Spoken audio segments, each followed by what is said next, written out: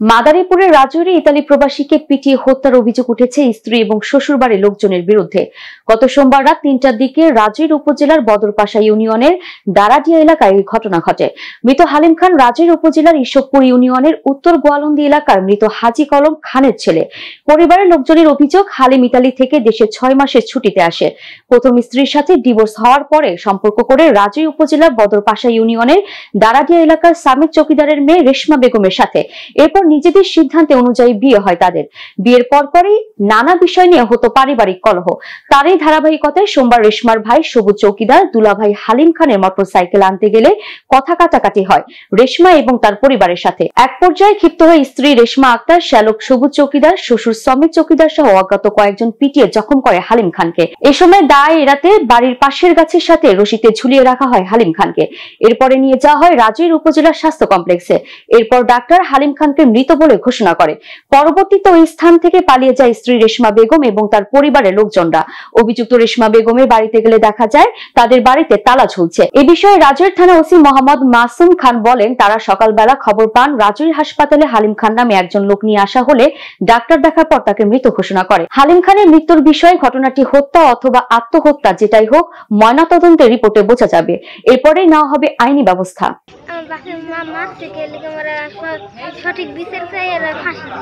হালিমুল আমার ছোট ভাই।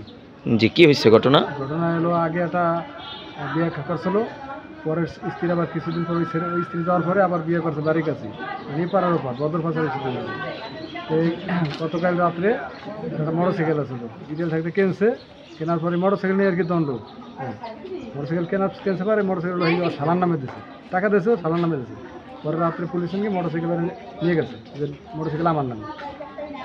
তাই ও পেয়েছে না, আমি টাকা দিছি, নাম তাকে থাকতে পারে, আমি তার বাইরে তো টাকা দিছি। পরে ওরে সন্ধ্যা রাত্রে মায়ের দূরে করছে, কিন্তু আমি থেকে লই পাব বদরবাসী নিয়ে যাইয়া রাত 11টা-12টার দিক নিয়েছি। আনার পরে মারছে হলো সোমেশ চোকদার, এ হলো হালিমের শ্বশুর, আর 2 নম্বর হলো সবুজ চোকদার হলো শালা, এরপর হলো শাশুড়ি, আর শালা সমুদ্রের বউ, 5 জন লোক। আর বউ রেশমাই তো ওর বাড়ির দিকে নিয়েছে রাত্রে 11টার সময়। ওর যে শালা সমুদ্র আর বউ, এরা হলো মূল হত্যা। বিচার চাই এদের, আমি দ্রুত বিচার চাই এদের যাতে ফাঁসি হয়। আগেও আর একটা বিয়ে ছিল, এই বউ স্বামী তারা বেশ হয়ে গেছে। তারপরে এই বউ এই মেয়েটারে পরে বিয়ে করে, বিয়ের পথে এই কলহ বিরহ লাগিয়ে রয়েছে। এটা হলো আমার ছোট দেবর, ঠিক আছে। এটা দ্বিতীয় বিয়ে, মেয়েটা অবৈধ সম্পর্ক, অনেকগুলো বিয়ে হয়েছে এবং এর পেশাই হলো ছেলেদের কাছ থেকে টাকা নিয়ে বাড়িঘর। এর বাবার অর্থ সম্পদ কিচ্ছু নাই, এটাই হলো অর্থনত পেশা। আমার দেবর প্রবাসী, ইটালি প্রবাসী, একজন প্রবাসী।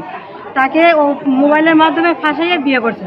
আমার শ্বশুর বাড়িতে ঘরের তালা ভেঙে 50 লাখ টাকা এবং পাসপোর্ট এগুলো নিয়ে গেছে এবং সেই সাথে সম্পত্তির দলিলও নিয়ে গেছে। সেই দলিল অনুযায়ী সে টিপসই দিয়ে তার কাছ থেকে নিচে কিনা সেই সম্পত্তির সুরক্ষাও আমরা চাই, যাতে সন্তানরা যাতে বঞ্চিত না হয়।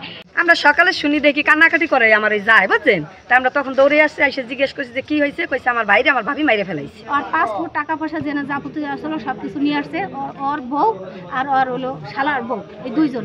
সকালবেলা হাসপাতালের মাধ্যমে জানতে পারি যে একটা